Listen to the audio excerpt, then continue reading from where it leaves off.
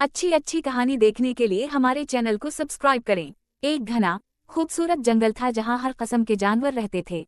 हाथी, शेर, बंदर, हिरन, लोमड़ी और बहुत से परिंदे। जंगल में सब खुश थे, लेकिन एक मसला रोज बढ़ रहा था। ताकतवर जानवर कमजोरों को तंग करते थे। शेर, जो जंगल का बादशाह था, खुद भी समझ नहीं पा रहा था कि कैसे इंसाफ कायम करे। एक दिन जंगल में सब जानवर इकट्ठे हुए। हाथी ने कहा, हमें एक नया कानून चाहिए, ऐसा कानून जो सबके लिए बराबर हो। शेर ने सर हिलाया, ठीक है, लेकिन कानून बनाने के लिए हमें समझदार जानवरों की एक कौंसिल बनानी होगी। सबने मशवरा दिया कि उल्लू, लोमड़ी, खरगोश और कौवा इस कौंसिल का हिस्सा हों, क्योंकि वो न सिर्फ अक्लमंद थे, बल्कि सबके दर्द भी सुनते थे। अगले दिन ये कौंसिल बनी और सबने अपनी तजावीज़ दें।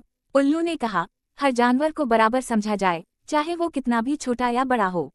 लोमड़ी ने तजवीज़ दी, जो जानवर किसी दूसरे को तंग करेगा, उसे जंगल की खिदमत करनी पड़ेगी। खरगोश बोला, हमें जंगल में खुशी, अमन और सफाई का ख्याल रखना होगा। कौवा ने कहा, अगर कोई झगड़ा हो तो पहले बातचीत से हल किया जाए। शेर ने सब बातें सुनकर ऐलान किया, आज से जंगल में ये नया कानून नाफिज होगा। अब ताकत नहीं बल्कि इंसाफ राज करेगा। सब जानवर खुशी से नाचने लगे। हिरन ने जोर से कहा, अब हमें डर नहीं लगेगा, क्योंकि जंगल सबका है। उसी दिन से जंगल में सुकून आ गया। सब जानवर कानून का एहतराम करने लगे। यहाँ तक कि शेर भी अब रोज दूसरे जानवरों के साथ बैठकर उनकी बातें सुनता था।